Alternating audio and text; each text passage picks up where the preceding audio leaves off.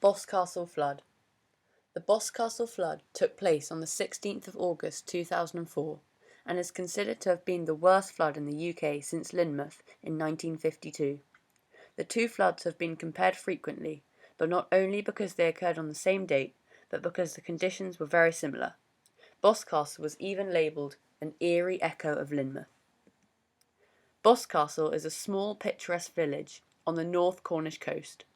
However, when it was hit by a great flood in 2004, it turned from a pretty tourist attraction to a disaster zone.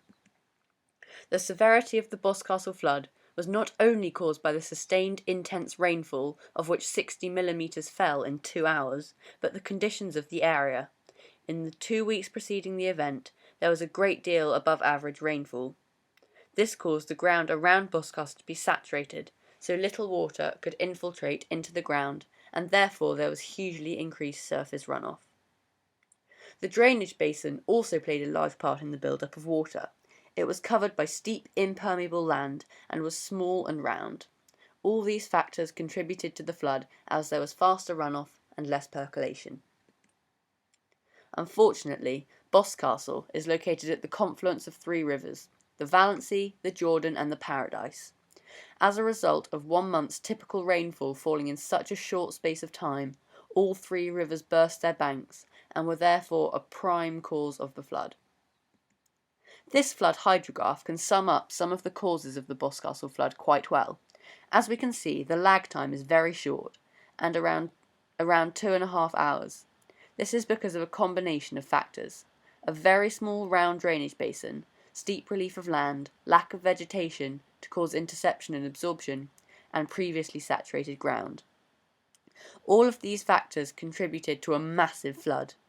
A surge of water going through the streets was recorded as being over 3 meters high. This was made worse by the street pattern and man-made structures.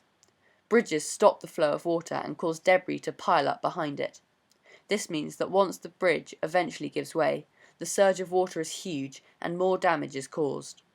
Water was recorded going over 40 miles an hour after breaking through a bridge, all while carrying great masses of debris. This huge volume of water was also increased because the tide was very high that day. The power of the flood is shown by the amount of cars which were transported across Boscastle. 50 vehicles were taken from a car park and ended up completely destroyed in the harbour.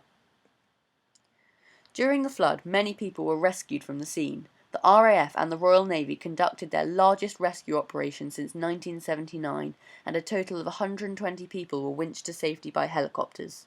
Although the rescue was made difficult by rain and lightning, it was hugely successful, as there were remarkably no deaths.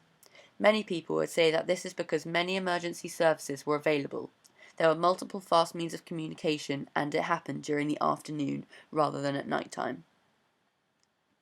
Unfortunately, the flood had some large effects on the village of Boscastle. Although no one died, the houses, businesses and cars of over 1,000 people were destroyed.